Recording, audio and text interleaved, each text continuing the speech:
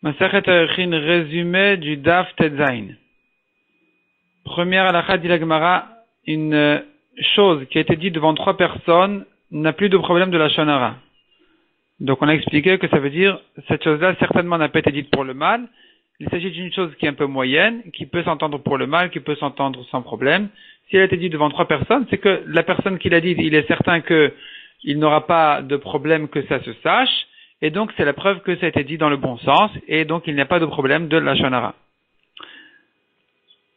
Deuxièmement, dit la Gemara, il se trouve un homme qui a dit du bien de son ami que finalement, ça lui a causé un grand tort.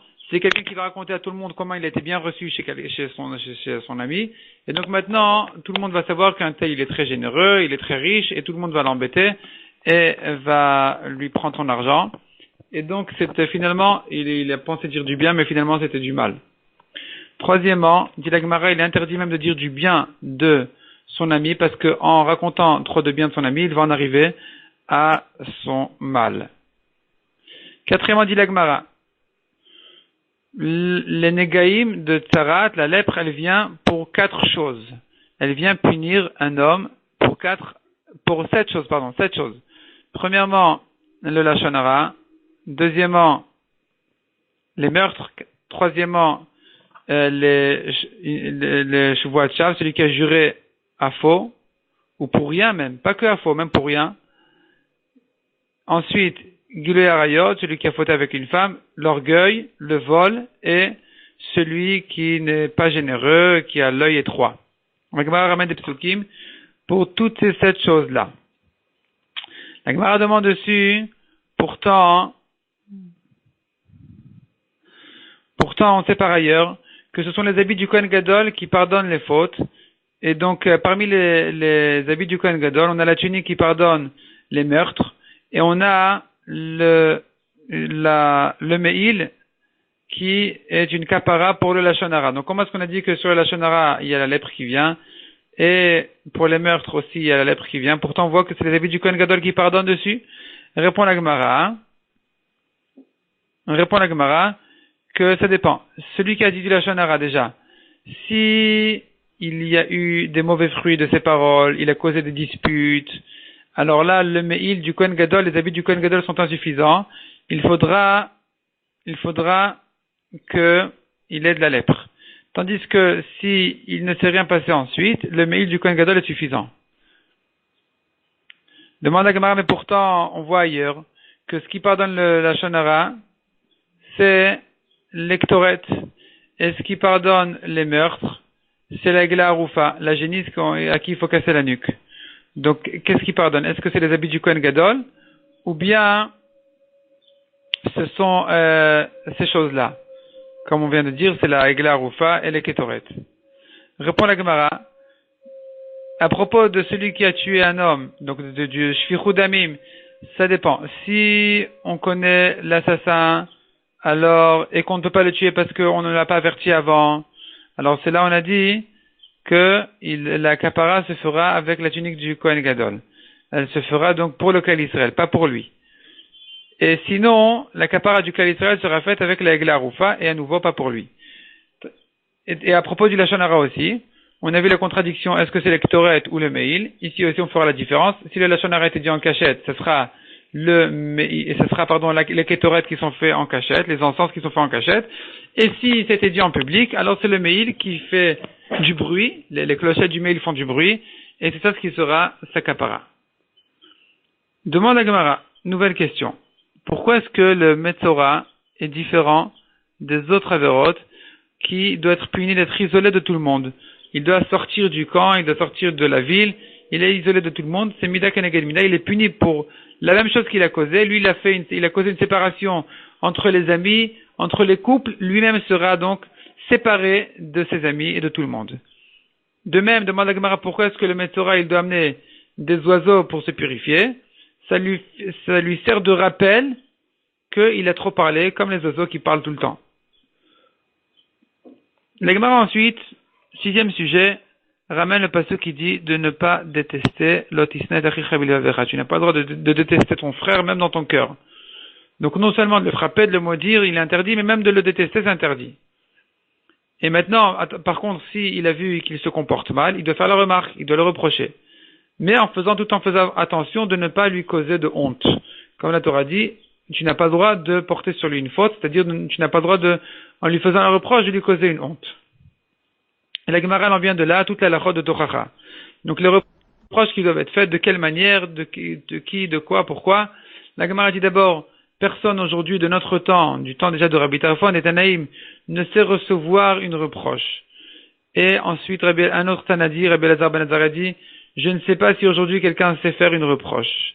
Sauf exception, ou Rabbi Akiva par exemple, qui a été frappé par son maître Rabban Gamliel, et au contraire, il aimait davantage celui qui l'a dénoncé à Rabban Gamliel.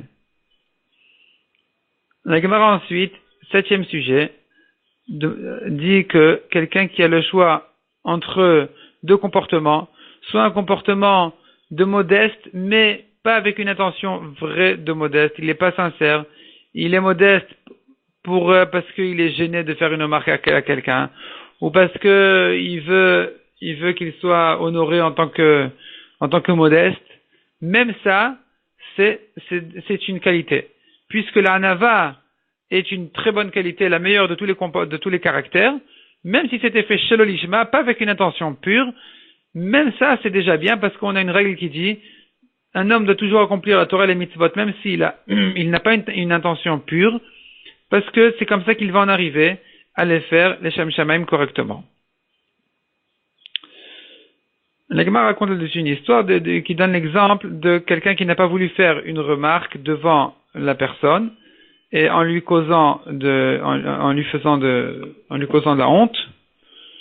Et ensuite, quand il est sorti, il a dit de son mal. Il a expliqué à son maître pourquoi est-ce qu'il a frappé pour le corriger. Et la Gemara dit ça, c'est une sorte de hanava chez l'olishma. Ça veut dire qu'il était modeste, malgré que finalement, derrière son dos, il a dit de son mal. Mais bon, évidemment, c'était permis, c'était ce qu'il fallait faire, mais quand même, c'est quand même une qualité. La Gemara aussi demande jusqu'où va la mitzvah de Tochacha. Combien il faut faire une Tochacha à quelqu'un, il faut le reprocher. La Gemara donne 3 avis, soit jusqu'à ce qu'il le frappe, soit jusqu'à ce qu'il l'insulte, soit jusqu'à ce qu'il s'énerve sur lui. La Gemara ramène des preuves pour les trois avis. Ensuite, la Gemara en vient de là à une question qui ressemble à celle-là aussi, jusqu'où on a le devoir de ne pas changer d'auberge. Quelqu'un qui est en chemin, qui sort de sa ville, qui se fait inviter chez quelqu'un, ou même s'il le paye, il doit toujours retrouver le même endroit. De manière à ce que les gens ne disent pas d'eux, qu'ils ne savent pas vivre ensemble, c'est des gens difficiles, le balabait il est difficile, il peut pas recevoir les gens, ou bien c'est l'invité qui est difficile, il sait pas se faire inviter chez les gens. Et la Gemara dit dessus jusqu'où il a le devoir de retourner au même endroit. Évidemment, s'il est frappé, il n'a pas besoin de retourner là-bas. Si on lui jette ses affaires par la fenêtre ou pas par la porte, si le balabait il veut lui jeter ses affaires, évidemment qu'il n'a pas le devoir de retourner là-bas. La marloquette, elle est dans le cas où le balabait risque de se disputer avec sa femme. Est-ce qu'il a toujours le devoir de retourner là-bas ou pas? Ça, c'est une marloquette dans la Gemara. Et la Gemara ramène dessus les psukim de la Torah dont on voit qu'un homme doit faire attention de retrouver toujours le même endroit en chemin de retourner là-bas. On apprend d'Avraham Avinu. La Gemara ramène 2 psukim et la nafkami entre les psukim, est-ce que même si par hasard il était en dernière minute, c'était pas prévu, mais finalement il doit s'arrêter en chemin parce que la nuit va tomber, est-ce que lui aussi doit faire attention de retrouver le même endroit, ou dans ce cas-là il n'a pas besoin de retrouver le même endroit, et ça dépendra justement des psukim d'où on apprend cette halakha. La Gemara ensuite ramène encore une nouvelle idée, une nouvelle halakha qui dit un homme doit toujours faire attention de garder le travail et l'art de ses pères. On voit que de la tribu de Dan est sorti du temps du Mishkan à Oliav, qui avait les bonnes mains pour savoir travailler toutes les matières, et plus tard encore, du temps du Beth Amikdash, quelques centaines d'années plus tard, à nouveau, celui qui savait bien travailler toutes les matières, c'était un homme de la tribu de Dan, en tout cas du côté de sa mère, il venait de Dan. Enfin, dernier sujet du DAF, la Gemara demande jusqu'où on considère une petite souffrance comme des souffrances, parce qu'on sait bien, la Gemara explique quelqu'un sur qui sont passés 40 jours sans souffrance, alors il a reçu son Olam Haba, où il y en a qui disent qu'il doit s'attendre à une grande punition, à une grande souffrance. Et donc, il faut savoir qu'est-ce qui est considéré maintenant comme une souffrance pour dire que non, il a eu dans ces 40 jours-là une souffrance. La Gemara donne plusieurs exemples, jusque même quelqu'un qui rentre sa main dans son porte-monnaie pour sortir 3 pièces, il n'en a sorti que 2, il doit remettre sa main dans son porte-monnaie pour ressortir la 3e pièce. Même cette petite souffrance-là, cette petite peine, est considérée comme une souffrance sur laquelle on a dit que il ne sera plus, c'est pas sur lui qu'on a dit qu'il a perdu son lamaba. C'est bon, il a eu sa souffrance dans ces 40 jours-là.